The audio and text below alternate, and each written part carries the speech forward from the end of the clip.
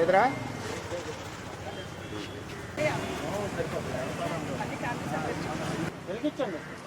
ఒకసారి క్యాండిల్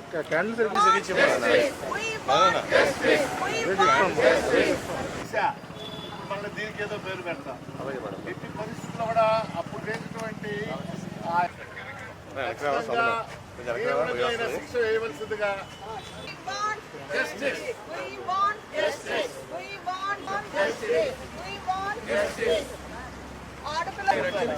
ఆడపిల్లల మాన ప్రాణాలను ఆడపిల్లల మాన ప్రాణాలను ఆడపిల్లల మాన ప్రాణాలను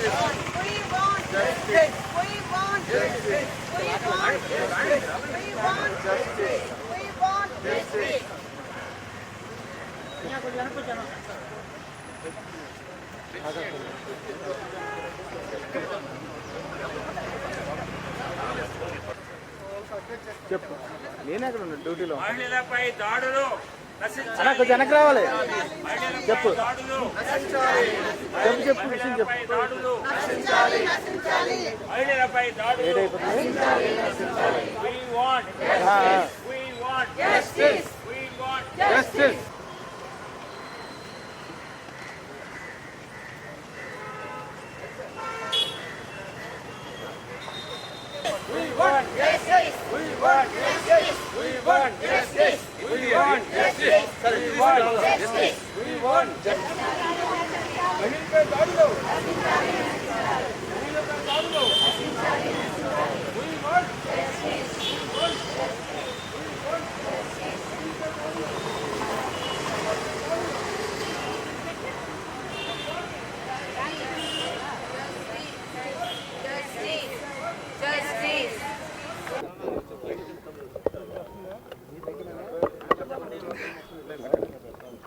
పశ్చిమ బెంగాల్ రాజధాని కోల్కతాలో ఆర్జేకర్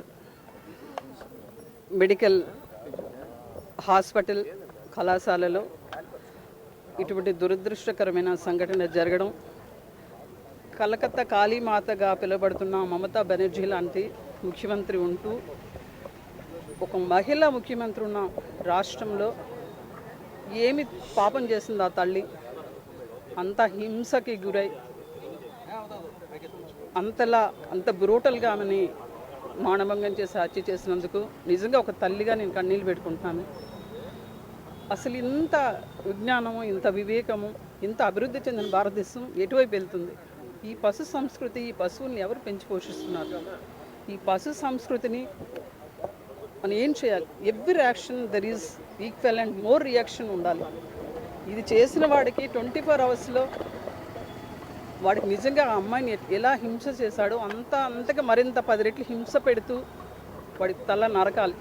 ఎందుకంటే కాళీమాత ఇంకా కళ్ళెర చేయకుండా ఫన్ ఏంటంటే ఆవిడ చేతిలో ఒక ముఖ్యమంత్రి అయ్యండి మమతా బెనర్జీ, ఒక హోంమంత్రి పదవి తన చేతిలో ఉండి, ఒక హెల్త్ డిపార్ట్మెంట్ తన చేతిలో పెట్టుకొని ఆమె జస్టిస్ కోసం వీధిలో తిరగడం అనేది, అంటే జస్టిస్ ఆమె చేతిలో లేదా?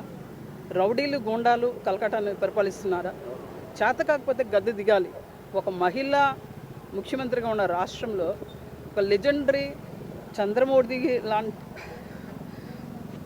మోదీ లాంటి ఒక ప్రధానమంత్రి ఉండి భారతదేశంలో మహిళకు న్యాయం జరగట్లేదంటే ఒక తల్లిగా నేను చాలా బాధపడుతున్నాను.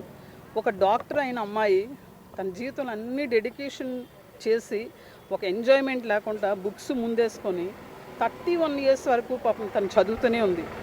అటువంటి అమ్మాయి ఎవరికి, చాలామంది చెప్తున్నారు చిన్న పొట్టి బట్టలు ఎందుకు అమ్మాయిలు వేయాలి, అమ్మాయిలు ఎందుకు వీధుల్లో తిరగాలి, అసలు ఎక్కడ దాయమంటారు ఆడకూతురుని వేళ?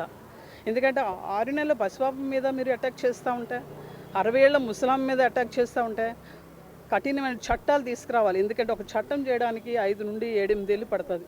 ప్రతి మనకున్న డెమోక్రటిక్లో 5 ఏళ్ళ తర్వాత గవర్నమెంట్ మారిపోతుంది. మారిపోయిన వెంటనే కొత్త ప్రభుత్వం వస్తుంది. ఎవరు చట్టాలు చేయడానికి ఇష్టపడలేదు. కఠినమైన చట్టాలు దయచేసి ఆడపిల్లల కోసం చేయండి. దయచేసి ఇదే నా విన్నపము. ఎవరైతే ఈ దుశ్చర్యలకు పాల్పడ్డారో ఎంతటి వాళ్ళైనా సరే కఠినంగా శిక్షించాలని మేము డిమాండ్ చేస్తున్నాం.